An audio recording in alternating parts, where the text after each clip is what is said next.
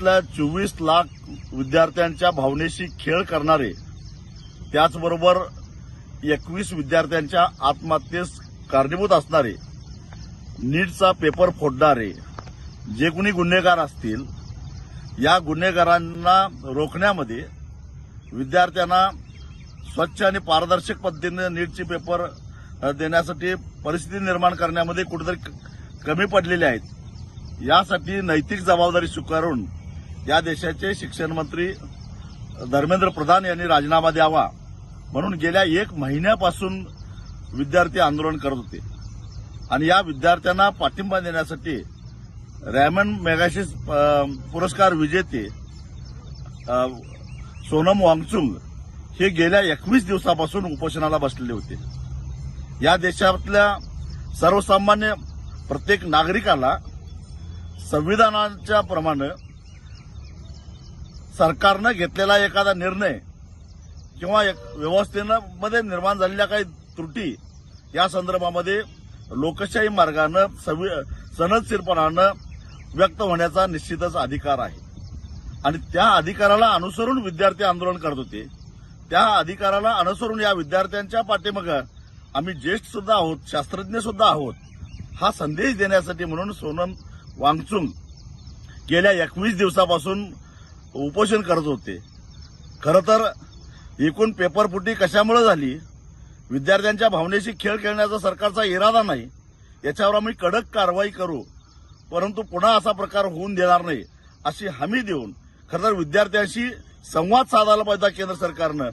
सोनम वांगचुक यांच्याशी संपर्क साधायला पाहिजे होता केंद्र सरकारनं. एखादा केंद्रीय मंत्री, केंद्रातला एखादा सचिव खरं तर या सातत्यानं या आंदोलन करणाऱ्यांच्याबरोबर संपर्क साधायला पाहिजे होता, परंतु सरकारनं हे केलं नाही. बेशरमपणाचं हे लक्षण आहे. सत्तेचा माज आल्याची ही सगळी लक्षणं आहेत. या देशातल्या जनतेनं तुम्हाला चळवळीतूनच सत्ता दिलेली होती हे सोयीस्कररित्या विसरतात. परंतु अशा पद्धतीनं जर का कोर्टाला पुढे करून शिखंडीसारखं तुम्ही जर का जन आंदोलन मोडणार असाल तर याद राखा, या देशामध्ये जसं श्रीलंकेमध्ये घडलं, बांगलादेशमध्ये घडलं, नेपाळमध्ये घडलं, तो क्षण या देशामध्ये यायला वेळ लागणार नाही. काय दोष येतावर सोनम वांगचुक यांचा? जर त्यांच्या प्रकृतीची एवढी चिंता सरकारला होती तर गेल्या 20 दिवसामध्ये सरकार काय झोपा काढत होतं का नाही संपर्क साधला त्यांनी? का नाही त्यांची समजूत घालण्याचा प्रयत्न केला? आणि न्याय व्यवस्थेबद्दल तर काय बोलावं.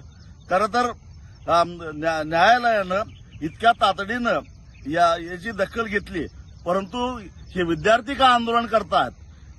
सोनम वांगचुक सारखा एक समाजसेवक ज्यानं जगभरामध्ये देशाचं नाव केलं, तो माणूस उपोषणाला का बसतो? विद्यार्थ्यांच्या मागे का उभा राहतो?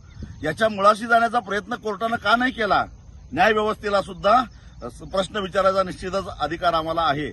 परंतु ज्या पद्धतीनं दिल्लीतल्या महिला कुस्तीगिरांनी यौन शोषणाच्या विरोधामध्ये केलेलं आंदोलन पोलिसांच्या सहाय्यानं शिखंडीसारखं मोडून काढलं आणि ती चळवळ दाबली गेली, त्याच पद्धतीनं ही चळवळ दाबण्याचा प्रयत्न सरकारचा दिसतो. पण याद राखा, याच्या प्रतिक्रिया उमटल्याशिवाय राहणार नाही. 20 तारखेचा संसदेवरचा मोर्चा होऊ नये म्हणून केलेला सरकारनं हा केविलवाणा प्रयत्न आहे.